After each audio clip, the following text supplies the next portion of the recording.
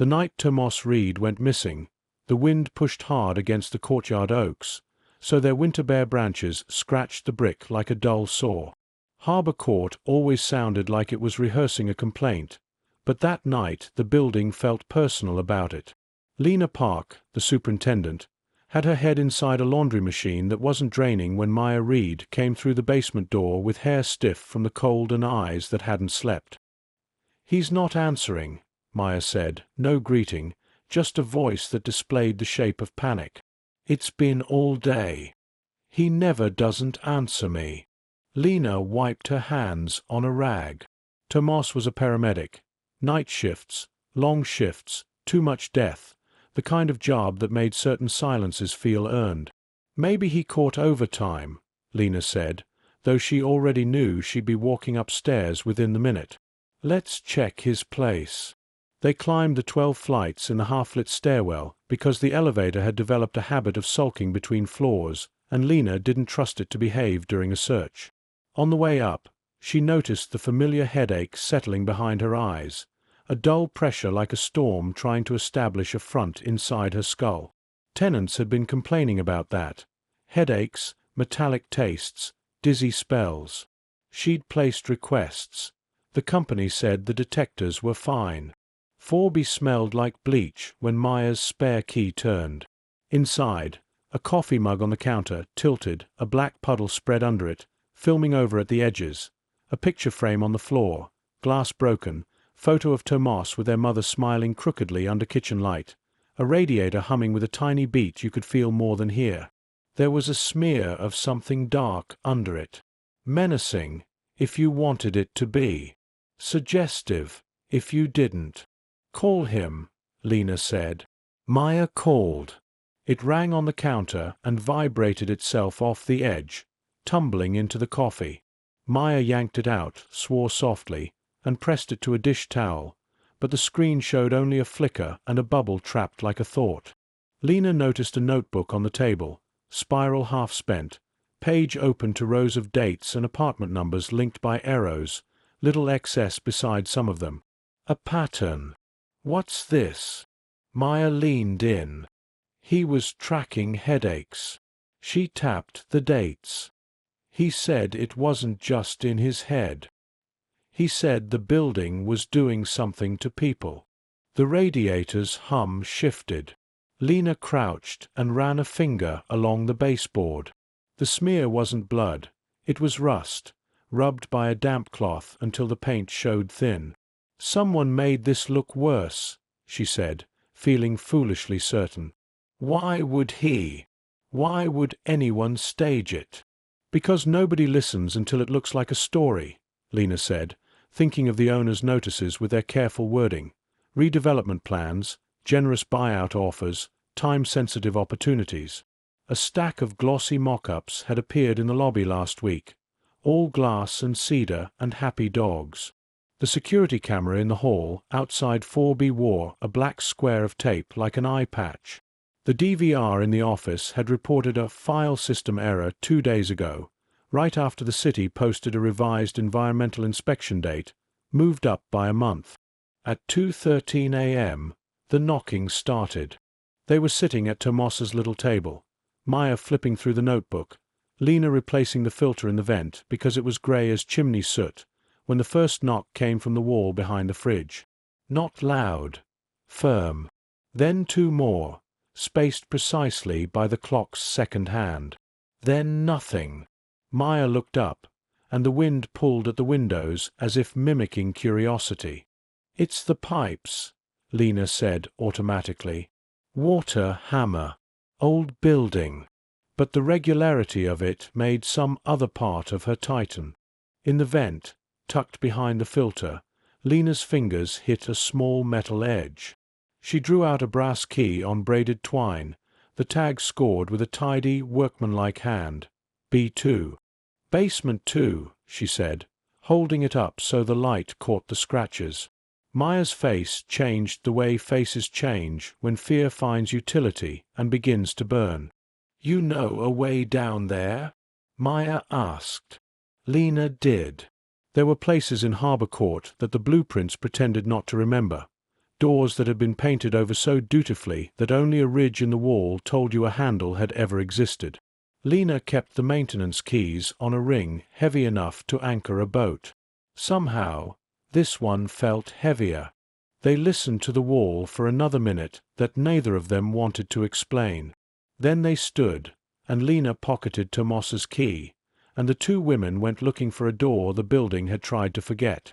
The painted-over door lived behind a row of stacked mattress frames in a storeroom that once held replacement carpet. Harbour Court had stopped replacing carpet a few owners ago, preferring laminate you could mop quickly. Lena had moved those frames in her first week as super when a tenant saw a mouse. She pressed her palm against the wall, found the cool seam where a handle should have been, and kissed the edge with a flathead until the paint flaked away.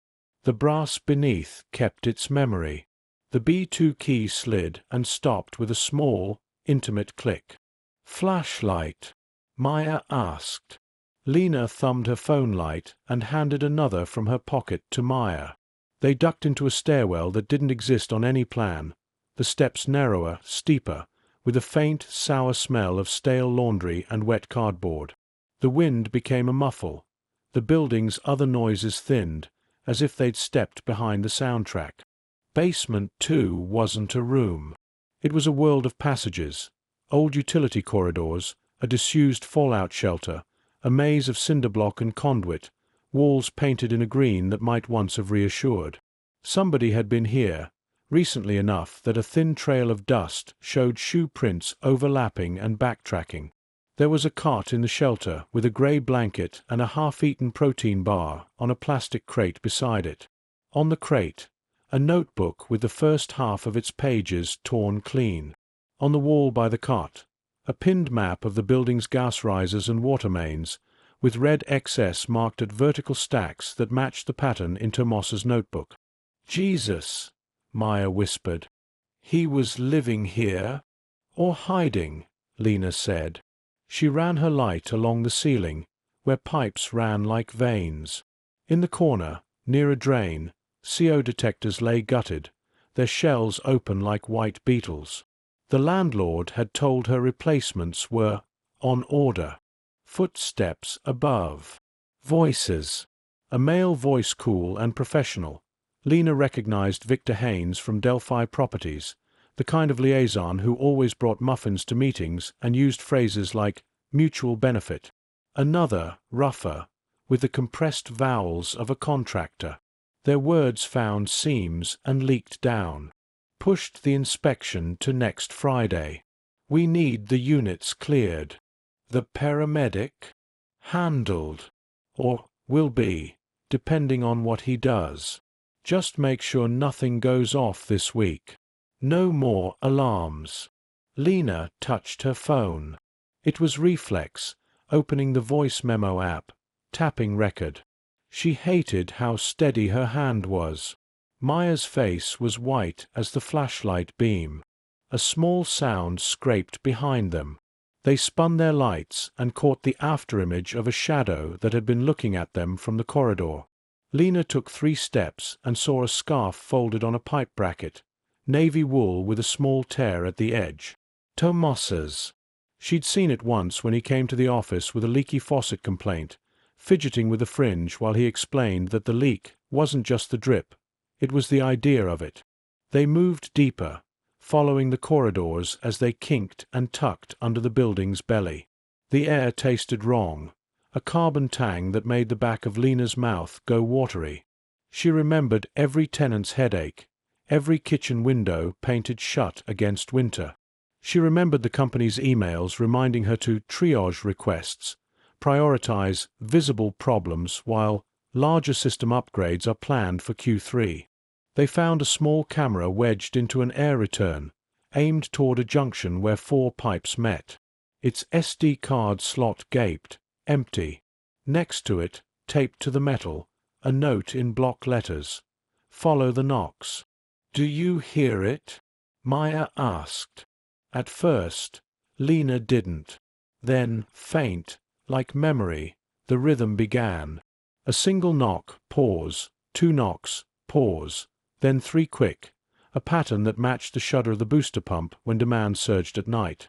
A language born of old machinery and pressure. Maya ran her fingers over the maps, tracing the red X's. He marked the stacks with the worst symptoms. He was triangulating. Lena's phone buzzed, a building-wide notification from Delphi. Scheduled maintenance. Expect brief elevator outages. She wanted to laugh. Somewhere above, a toddler screamed the scream of a bedtime deferred. The building breathed. "We should go to the police," Maya said. "Now. We have voices. We have this." "We do," Lena said, thinking of the detective who'd shrugged at her last summer when a tenant's window failed and cut a man's hand to ribbons. "But we need him. We need Tomos." They doubled back, following the knocks. Boom. Boom. Boom boom boom. Down a narrow corridor where the concrete walls sweat and the floor pitched. The sound grew louder and then thinned, like listening to a storm through an uneven window. They passed a rusted tank, stenciled civil defense, in faded letters. Past it, the concrete turned to brick, and the brick turned to a boarded door whose boards had been painted the same bureaucratic green. The boards were new. The door frame was not. A hair-thin hiss threaded the air. Gas. Not much. Enough to make Lena's headache blossom and its edges fuzz. She rested her forehead against the cool wood and felt the faintest tremor on the other side. Not a knock. Not exactly. A weak, regular touch. "Someone's in there," Maya said. "Or something's venting," Lena said, because rational words served as shelter. She tried the handle. It didn't move. She tried the B2 key, and for a second felt childish hope. Useless. The footsteps upstairs receded. The knocks stopped. The building settled and then withdrew its weight again. Lena traced the seam of the boards with her fingertip and looked at Maya, who was already taking off a scarf to wrap around her mouth and nose. "Okay," Lena said. "We're coming back with a crowbar." It took one trip upstairs to grab tools and one fight at the office door with Victor, who had the bad luck to be there replenishing a hand sanitizer dispenser and pretending it was about safety. He smiled when he saw Lena, the careful kind of smile that folded his lips but not his eyes. "Busy night, Ms. Park. Elevator hiccups. We're on it." "I need the master keys," Lena said, and held her hand out. "You already have everything needed," Victor said, drawing his smile a few degrees tighter. "And we can't have tenants or staff wandering restricted areas. Liability." Maya spoke before Lena's temper did. "My brother is missing. We're not wandering. You should call the police." Victor's gaze flickered toward the security monitor, which displayed 4 frozen frames of the lobby from the night before. "This isn't the time for personal searches." "It's exactly the time," Lena said, and stepped so close their breath fogs overlapped. She could smell mint and coffee and the faint underlying salt of worry. A minute later, fire alarms shrieked. For a heartbeat Lena thought Victor had pulled them to shift the ground beneath her. Then she smelled it, an electrical scorch, the plasticky sweetness of burning insulation. The sprinkler heads remained dry, little chrome teeth politely closed. "Out," Lena told Maya, over the rising crowd noise in the hall. "Get people down the stairs. I'll be right behind you." She pointed at Victor. "You too." "I need to coordinate," he said, tapping his phone like a conductor prepping a downbeat. "Keep people calm." Lena ran for the maintenance cupboard, grabbed her crowbar, her heaviest hammer, 2 dust masks, and a small pry bar that felt good in the hand. She saw 3 smoke wisps curling from the ceiling of the 5th-floor hallway, where a light fixture had sparked and died, and knew in her bones this was the building choosing its timing. She hit the stairs and found Maya shepherding a family with a stroller, then a man carrying a fish tank as if it contained the last living thing. "Basement," Lena said. 2 minutes. In the B2 corridor, the air felt tighter, as if the building had clenched its diaphragm. The hiss at the boarded door sounded louder. Lena and Maya wrapped masks around their faces and worked the boards. Old nails squealed. The wood gave slowly, angrily, as if letting them inside meant admitting something unpleasant about itself. The last board cracked with a noise like a branch breaking against a storm. Inside, dark. The flashlight beams carved a low room with a concrete floor, dust limming everything in the same dull silver. Against the far wall, a duct had fallen from its moorings onto a mass of crates, pinning the corner of a blanket. A body lay half under it. Lena's heart turned to a fist. "Tomas," Maya said, voice shredded. He opened his eyes. Relief is a physical thing. It has weight and lift.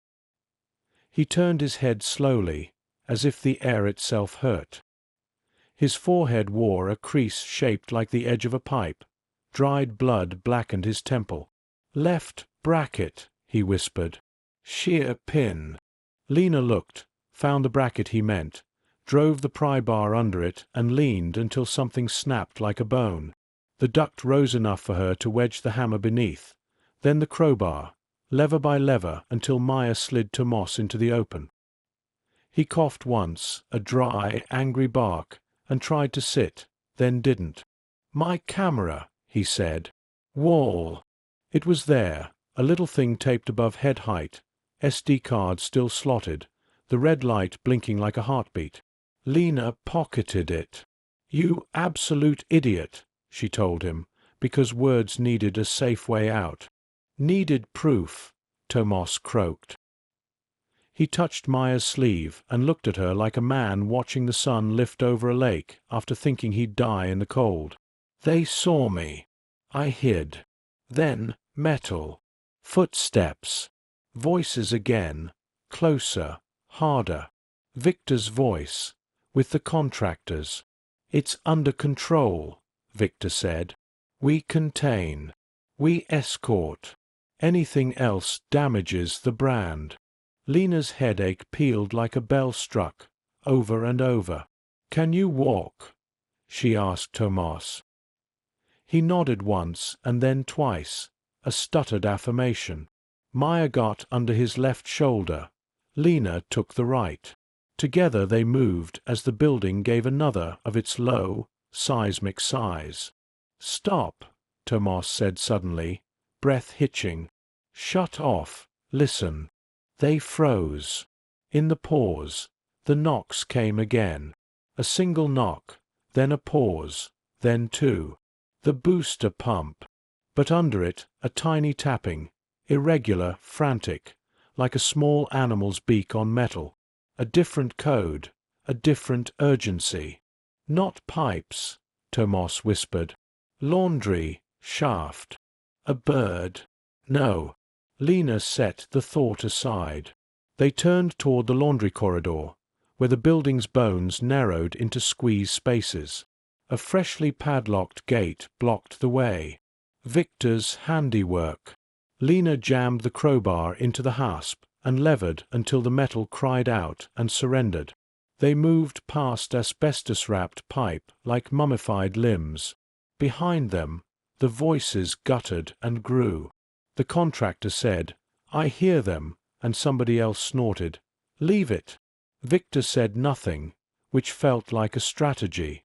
The laundry room door banged open at their approach, or maybe the pressure had changed, and the door simply made its own choice. Inside, steam ghosted. The tapping swelled. In the corner, a cage, the kind for a bird, stainless bars smudged, a seed cup half full, sat on a shelf near an air grate. The bird itself, green with a ring of yellow, darted and clung, pecking furiously at the grate as if there were a map behind it only it could see. Tomas's breath fogged the bars when he laughed, a choked, pained sound. "Mrs. O'Sea's parakeet," he said. "She asked me to find it. Went missing last week." Maya stared at the bird, which turned its head and regarded them with an eye like polished onyx. Is that what we've been hearing? Part of it, Lena said. Part of it is this building telling us where it hurts. The explosion, when it came, was not large, not cinematic.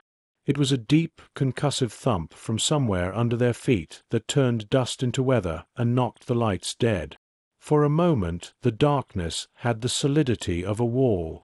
Then the emergency fixtures struggled on and threw a sickly red over everything. "Go," Lena said. She shoved the cage at Maya, slung Tomos's arm more securely over her shoulder, and moved. In the hallway, the smoke that had been a taste became a fog. Somewhere, two men shouted about valves. Somewhere else, a child cried "Mama" in a voice the size of a fist. They climbed. They coughed. The building shivered and then stilled, as if it had decided to give them one more chance. By morning, Harbour Court wore the weary dignity of a patient who has learned the name of his illness and knows the treatment will be long. The fire had stayed mostly in the electrical chase. The gas leak, a pocket, Victor called it, as if it was simply a mislaid coin, had vented enough to make noise and soot and terror without taking the whole building down. The city inspector arrived with a face full of storm and a pen that seemed happy to write "stop work" in fat letters on every visible thing. Lena slept 20 minutes on a plastic chair in the lobby while tenants traded blankets, and the Red Cross opened a box truck full of bottled water and gowns.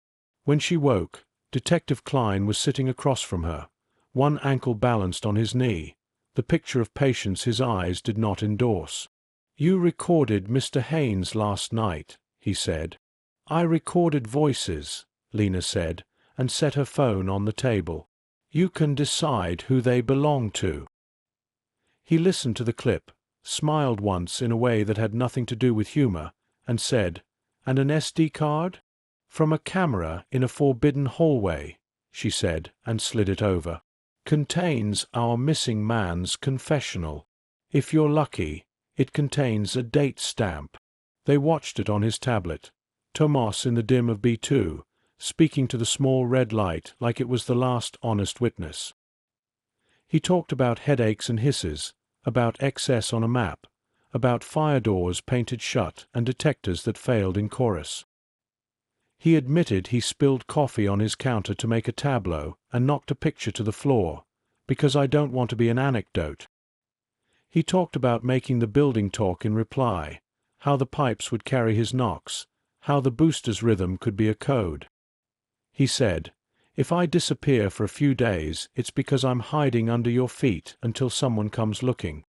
He said, "If I don't reappear, it's because someone came looking harder." The end of the clip was noise, boots and metal, and then the small, scared sound Tomos had made when the duct fell. Klein paused there and let the static write silence on the room. He looked at Victor, who had arrived with counsel and an air of disbelief, as if reality was a bureaucratic error he intended to correct.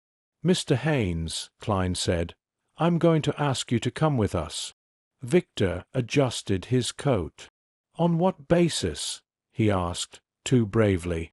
"Public endangerment, destruction of safety equipment, and whatever else reveals itself," Klein said, polite as a weatherman. The contractor tried to slide away, but two uniforms had anticipated the shape of his exit.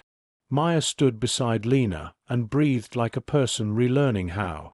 Tomos, bandaged and gray at the edges, sat on the floor with Mrs. O'Sea's parakeet balanced on his finger, the bird peering with ancient suspicion at the room. He looked up at Lena. "I'm sorry," he said, "about the staging. I thought if it looked like a crime, they'd have to treat it like one." "You could have died," Maya said, the words flat and not yet permitted to blister. "People were getting sick," Tomos said. "I couldn't keep writing incident reports while their kids were dizzy in the morning." "You also broke the law," Klein said, because the law felt better when said out loud. "You're not off the hook. But you're probably on the right side of it." Delphi's PR statement appeared around noon, describing an isolated event compounded by vandalism. By mid-afternoon, A reporter from the city paper was interviewing mothers in the lobby next to a stack of blankets. Lena gave her the notebooks, Tomas's original and the torn-half one found next to the cot, and the map with the red XS. The paper's photographer slipped his lens toward the taped-on sign that read "Do not enter" and the crisscrossed caution tape, and Lena thought, now it's a story. At sunset, the wind came back. It arrowed down the corridor and ringed the building in its old music. Somebody's radio put on an old soul song that made the air feel warmer than the thermostat admitted. Klein returned with a thinner tie and thicker questions. He ticked boxes, and Lena's answers landed in them like small stones. When he left, he nodded at her, an almost smile that said, "This time we listened." Maya walked with Tomas to the street. The ambulance he refused finally agreed to take him for imaging. He paused beside Lena, the parakeet in its cage wincing at every door slam. "Follow the knocks," he said, and gave a tired half-salute. After they left, the building felt bigger, emptier. Condemned, the inspector had said, at least until a comprehensive remedies plan materialized. That meant everyone would be moved. Harbor Court, with its peeling paint and gossip vines, would become a memory to be carried in plastic bins. The parakeet's tapping stayed with Lena, the way its beak had found the rhythm and marked it on metal. She carried the image up through the stairwell one last time, collecting abandoned small things: a stray slipper, a rolled poster, a spice jar. In 4B she paused, touching the dent in the counter where the coffee mug had landed. She picked up the picture of Tomas and his mother and set it upright without the frame, because photos deserved to watch. On Tomas's table sat the torn notebook. She flipped it and noticed something she hadn't seen in the nausea of the night. A red X not on the Harbor Court map, but on a photocopied plan for another Delphi property 3 blocks over. Her own building, the one bedroom with a view of the river where she kept her 2 plants alive by negotiation. The X sat on her stack, her riser, as decisively as any of the others. Her stomach made a small, disloyal motion. She thought of the headaches that had been companions more than symptoms. She thought of windows that painted themselves shut with winter and a CO detector that had chirped once, apologetically, and quieted. She thought of the next inspection date, already moved up as if to hurry them into something better or worse. She stood in the doorway a long time, listening. The building knocked once, twice, 3 times in some pattern that belonged to it more than to her. Not language, but not random either. The wind answered with its fingernails on brick. Someone on the 6th floor laughed, a sound freer than morning had any right to hold. When she finally walked home through the sharp evening, the city lights looked uncannier than they had the right to be. On the stoop of her building, a neighbor smoked and told her they'd had a scare last night. Some faint beeping, a smell like a coin in the mouth, someone from Delphi saying it was a fluke. Lena smiled, the kind of smile people use when they don't want to hand someone else their worry. She rode the elevator up, counting the seconds between lurches. Inside her apartment, the plants lifted toward her filing past. At 2:13 a.m., her radiator hummed. A single knock found her wall. She sat up in bed, and the parakeet's metallic tapping rose in her memory like an alarm set without her consent. She watched the dark until it grew a seam and let dawn through. She brewed coffee and tasted iron. She wrote the detective's number on a yellow sticky note and pressed it to the fridge, and then, for reasons she didn't entirely understand, added another note under it: "Follow the knocks." The city didn't need ghosts to be haunted. It had pipes and promises and pressure. It had doors that remembered their handles even after paint tried to teach them otherwise. It had systems that learned to sing their suffering to anyone stubborn enough to listen. Lena set her cup down gently, as if the ceramic might carry sound the way pipes did, and began the slow work of making sure this time the knocks traveled farther than the walls that made them.